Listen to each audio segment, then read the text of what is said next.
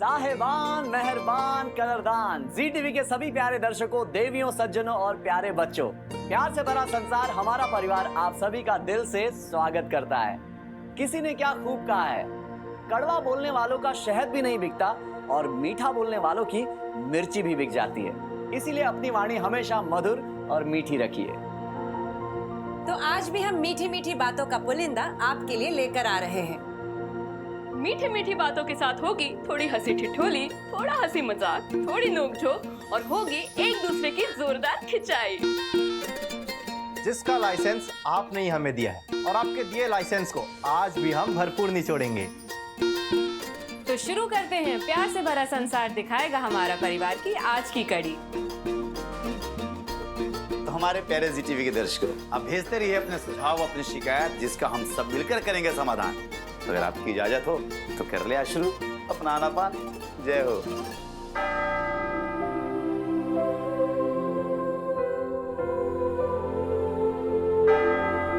भवतु सब मंगलम। साधु साधु साधु। तो आज सबसे पहले बीते हुए दिन के बारे में कौन बताएगा? हमारी बेटी विधि। थैंक यू मम्मी, आपने हमसे ही शुरुआत की, पर हमारे पास बताने लायक कुछ खास नहीं है। वैसे आप सबको तो पता ही है कि हम अपना टाइम मैनेजमेंट टाइम पर करते हैं, इसलिए कोई गड़बड़ी नहीं होती, और कोई गड़बड़ी ना हो तो बताने के लिए बचता ही क्या है। टाइम मैनेजमेंट को समझना बहुत जरूरी है ना वेदु? यस।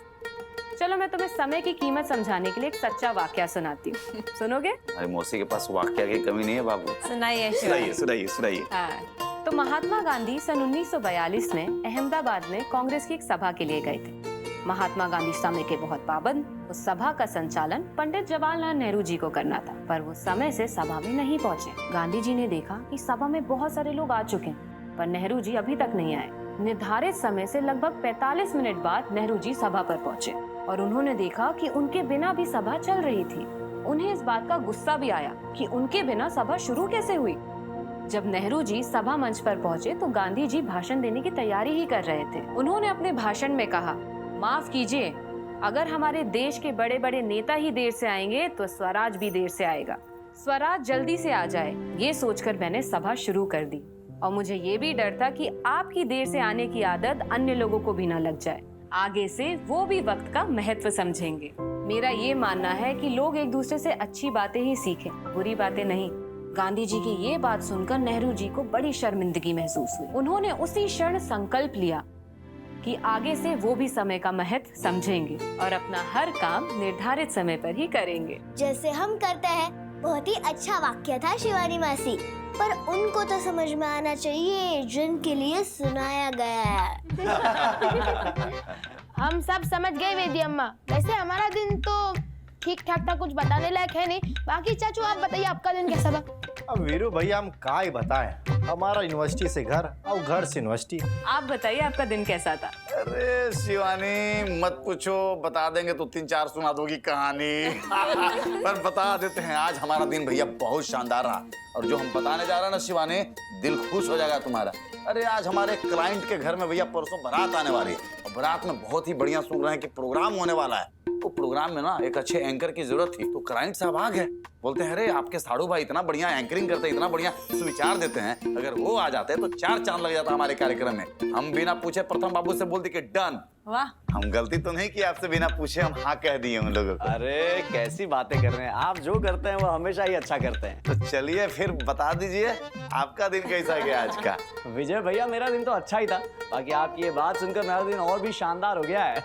क्यों शिवानी जी, अच्छी न्यूज़ है ना? बिल्कुल, और अच्छे से परफॉर्म करिएगा। अरे बिल्कुल, आप चिंता मत करिए। चलिए, तो आज मैं घर पे ही था, घर पे रिहर्सल किए, फिर उनका फोन आया कि उन्हें कल के लिए एक अलग प्रकार की धोती और कुर्ता चाहिए। तो फिर मैं निकल गया अकेले ठठेरी बाजार। 4-5 दुकानें छान मारने के बाद फाइनली मुझे वो कुर्ता पजामा मिला जो मुझे चाहिए था। बाकी शिवानी जी, आप बताइए आपने क्या किया दिन भर? मेरा तो आज का दिन बहुत व्यस्त था प्रथम जी। सुबह से रिसर्च के काम में मैंने हजारों पेपर्स पढ़ लिए। अब तो बहुत थकावट हो रही है। चलो मैंडी, अब तुम ही बता दो तुम्हारा दिन कैसा था? आप थक गई है दीदी, पर हमारी थकान तो आज सुबह ही मिट गई।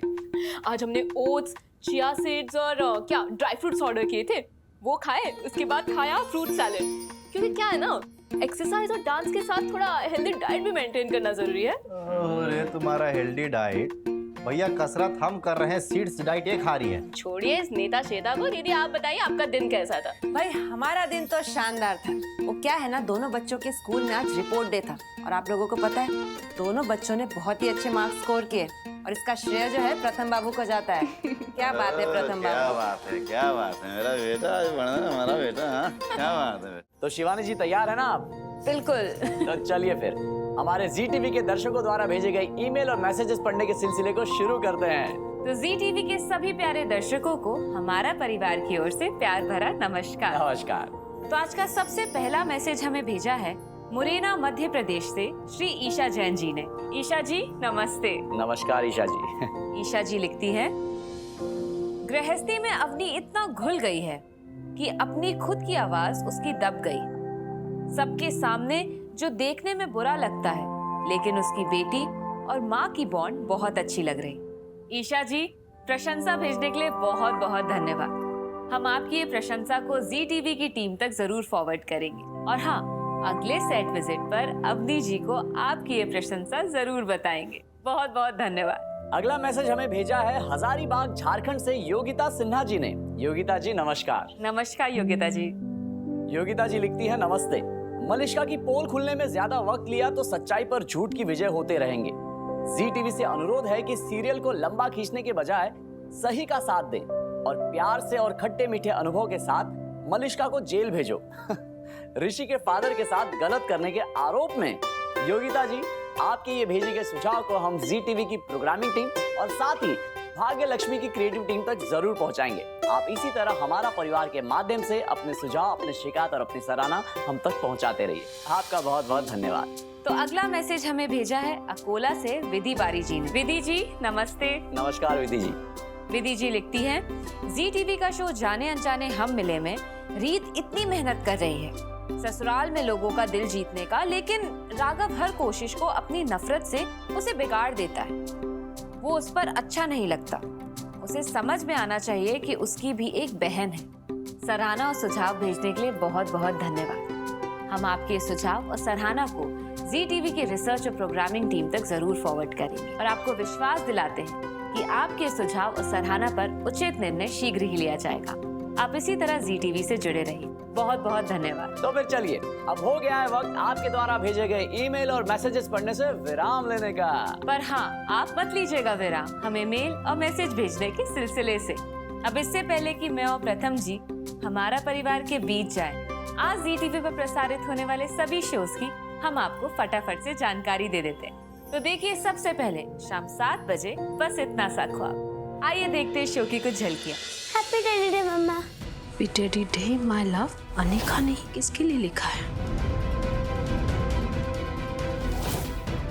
अनिका कहाँ हो तुम? जहाँ उसे होना चाहिए, मेरे साथ। हम कह रहे हैं अनिका को फोन दो रुद्रा। अनिका अभी तो आपसे बात नहीं कर सकती। अगर तुमने हमारी बेटी को टच भी किया ना, तो तुम्हें नहीं पता हम क्या करेंगे। आप आराम करिए, आपको ना फोटोज और वीडियोस में भेज दूंगा सर।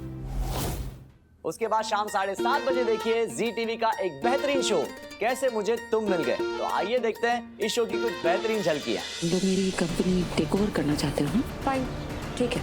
शर्त क्या है? मीटिंग के लिए तुम्हें मेरे घर आना। नहीं आएंगे। मीटिंग होगी तो ऑफिस में होगी।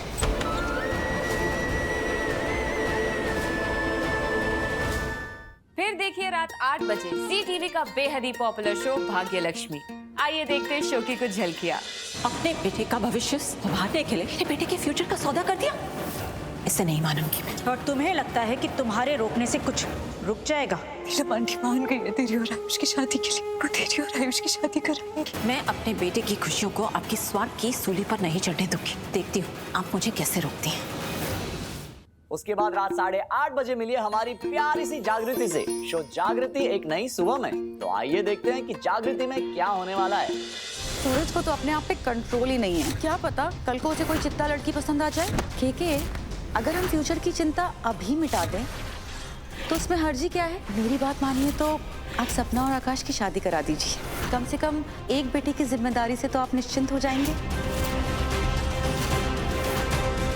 फिर देखिए रात 9 बजे कुमकुम भाग्य। आइए देखते हैं शो की कुछ झलकियां। जाके संभालिए अपने बिजनेस को। फ्री की सलाह दे रहा हूँ आपको। पता है क्यों? क्योंकि एक वक्त था जब आपने हमारे साथ अच्छा किया था।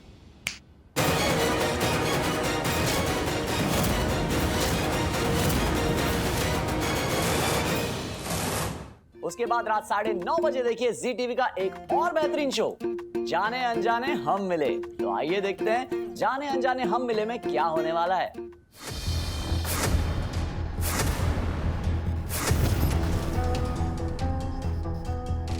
मैंने पूरी अलमारी और पूरा कमरा सब चेक कर लिया है, कहीं और नहीं मिल रहा। हार ऐसे कैसे कहीं जा सकता है? क्या हुआ बुआ जी? घर में हार चोरी हुआ है, सबकी तलाशी होगी, बुलाओ सबको। आपका हार चोरी हुआ है तो आपने मेरे रूम की तलाशी ली। पर अब ये सिर्फ तेरा कमरा नहीं है ना? आप कहना क्या चाहती हैं बुआ जी? रीत चोर है।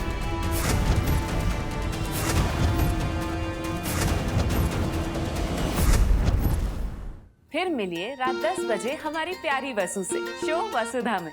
आइए देखते हैं शो की कुछ झलकियां। हनुमान, हम वसुधा की शादी के निमंत्रण का इंतजार कर रहे हैं। जोड़े में जाकर देवी हुकुम को खुद अपने हाथों से पहली कुमकुम पत्रिका दे दूं। मैं सबको कैसे बताऊं कि मेरा ब्याह तो देव सर से हो चुका है। अब मैं माधव जी से शादी कैसे कर लूं? उसके बाद रात 10:30 बजे देखिए जी टीवी का एक धमाकेदार शो जमाई नंबर 1। तो आइए देखते हैं जमाई नंबर 1 की धमाकेदार झलकियां। विवाह का शुभ मुहूर्त समाप्त होने ही वाला है। बस एक ही मिनट बचा है मुहूर्त खत्म होने में। रिद्धि और नील अभी तक नहीं आए। अब हमें चलना चाहिए।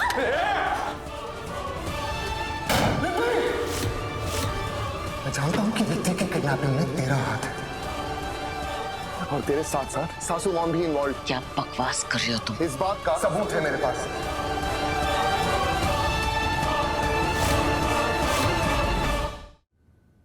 यस जी बोलिए।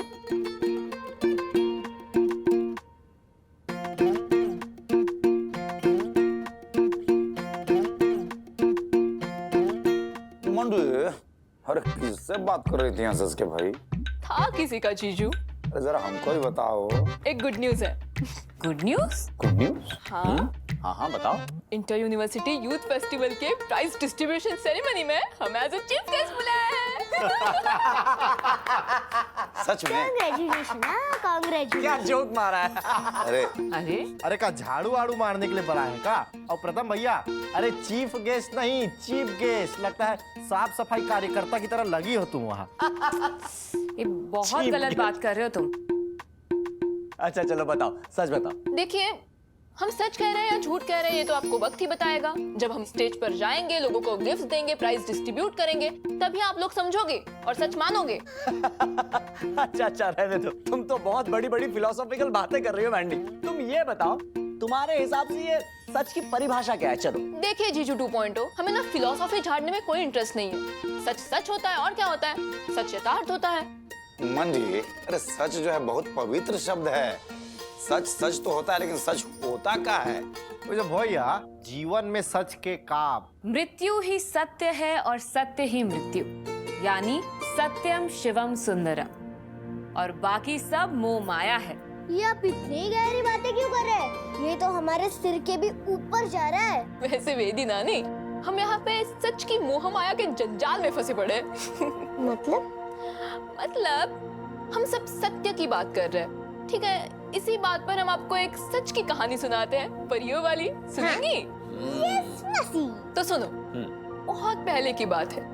एक गांव में एक आलसी आदमी रहा करता था। काम तो कुछ करता नहीं था, लेकिन बातें बनाने में काफी माहिर था।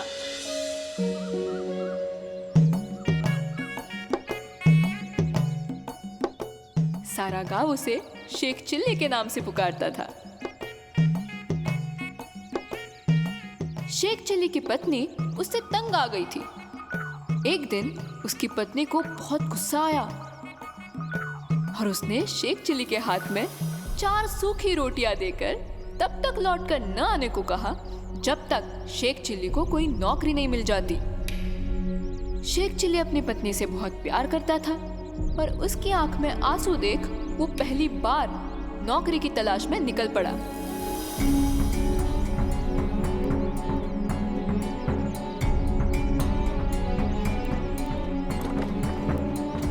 काम तो उसने कभी किया नहीं था, मेहनत तो उससे होती ही नहीं थी। फिर भी पत्नी की खुशी के लिए वो कई जगहों पर गया, पर फिर भी उसे कहीं काम नहीं मिला। शेख चिल्ली निराश हो गया। दिन भर की भाग दौड़ के कारण उसे जोर से भूख लगने लगी। एक कुआं देखकर वो उसके चबूतरे पर बैठ गया और पत्नी की बांधी रोटियां गिनने लगा। गिनते गिनते शेख चिल्ली बोलता जा रहा था, 1 खाऊं, 2 खाऊं कि चारों खा जाऊं। दरअसल शेख चिल्ली असमंजस में पड़ गया था कि सारी रोटी खा ली तो कल क्या खाऊंगा। संयोग से उस कुएं के अंदर 4 परियां रहती थी।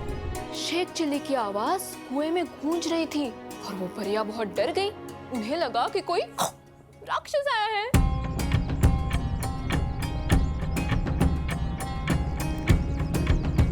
और हम चारों को खा लेना चाहता है। वो चारों बहुत डर गई। उन्होंने राक्षस को समझाने का फैसला किया और कुएं के बाहर आ गई।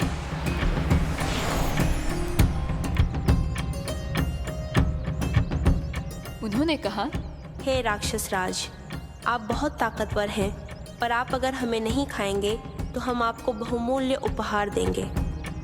आलसी शेख चिल्ली तो खुद डरा और घबराया हुआ था, इसलिए चुप रहा। पर परियों ने उसकी चुप्पी को सहमति मानकर अपने जादू से काठ का एक पुतला और एक कटोरा प्रकट किया और शेख चिल्ली से कहा, राक्षस राज, काठ का यह पुतला आपका हर हुक्म बजाएगा और इस कटोरे से आप खाने की जो चीज मांगोगे ये हाजिर कर देगा।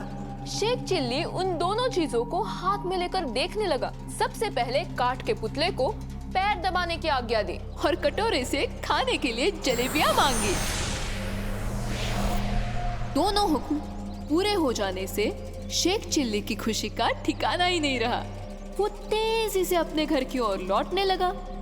उसे अपनी प्यारी पत्नी को दोनों चीजें दिखानी थी, पर रास्ते में हो गई रात। रात में सफर करना ठीक नहीं होता, इसलिए शेख चिल्ली ने किसी दूसरे गांव में पनाह ले ली। शेख चिल्ली को शेख ही बघाड़ने और बातें बनाने का बड़ा शौक था। जिनके घर में उसने पनाह ली थी, वो लोग शेख चिल्ली की करामती चीज देखकर बहुत खुश हुए।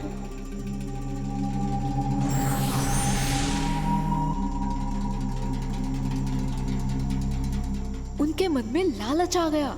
शेख चिल्ली के सो जाने के बाद उन लोगों ने काठ का पुतला और कटोरा चुरा लिया और नकली पुतला और कटोरा रख दिया। सुबह हुई और शेख चिल्ली अपने घर पहुंचा। उसकी बातें सुनकर पत्नी बहुत खुश हो गई, पर जब उसने दोनों सामान की परीक्षा ली तो वो समझ गई कि शेख चिल्ली झूठ बोल रहा है।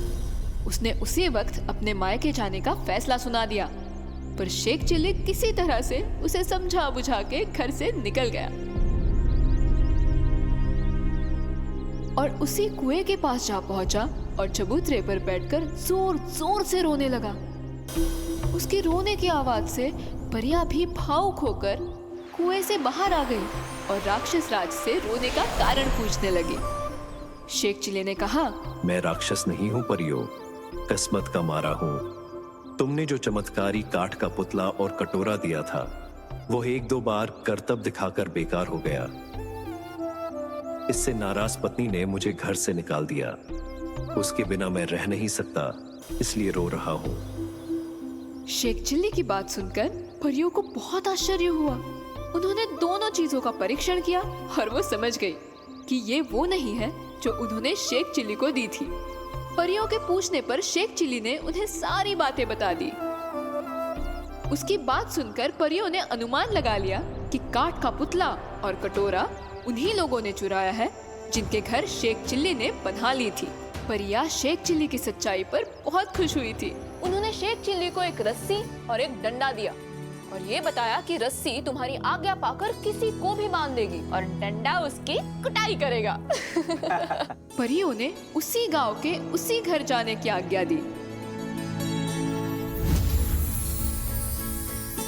शेख चिल्ली को आया देख उस घर के लोग पहले तो डर गए, पर जब शेख चिल्ली ने उन्हें नए करतब दिखाने को कहा तब वो सब उसकी आव भगत करने लगे। वो सब शेख चिल्ली से बार बार नए करतब दिखाने की जिद कर रहे थे। शेख चिल्ली ने रस्सी को आज्ञा दी, सभी को बांध लो, और डंडे को कूटने की आज्ञा दी। हवा में उड़ती रस्सी ने सबको बांध लिया और डंडा लगा पिटाई करने। डंडे की पिटाई से बेहाल वो सारे लालची लोग माफी मांगने लग गए। उन्होंने शेख चिल्ली का चुराया हुआ सामान वापस करने का वादा किया। तब शेख चिल्ली ने रस्सी और डंडे को वापस बुला लिया और अपने चारों करामती सामान लेकर घर वापस चल दिया। पर शेख चिल्ली को इतने जल्दी वापस आया देख पत्नी फिर से नाराज हो गई। उसने कहा कि खबरदार, घर के अंदर कदम न रखना। पास रखा डंडा उठाकर वो शेख चिल्ली को मारने दौड़ी, पर शेख चिल्ली ने करामती रस्सी को आज्ञा दे दी। रस्सी ने पत्नी को बांध लिया और बारी बारी से शेख चिल्ली ने उसे चारों करामती चीजें दिखाई। ये सब देख पत्नी बहुत खुश हुई। शेख चिल्ली की सच्चाई के कारण उनकी जिंदगी खुशहाल हो गई। अरे वाह, वाह। तो ये थी शेख चिल्ली की सच्चाई की कथा। तो हमारे प्यारे जी टीवी के दर्शकों, ऐसी प्रेरक कहानियों का दौर तो हमारा परिवार में चलते ही रहता है। तो हमारे प्यारे दर्शकों, अगर ऐसी कहानी आप चाहते हैं कि आगे भी सुनाई जाती रहे, तो उसके लिए आपको जुड़े रहना होगा हमारा परिवार और जी टीवी के साथ। और एक बात, जी टीवी के किसी भी शो से संबंधित अगर आपके मन में कोई भी प्रश्न, कोई भी सुझाव, कोई भी शिकायत हो, तो हमें लिख भेजिए ना हमारा परिवार के ईमेल और व्हाट्सएप पर।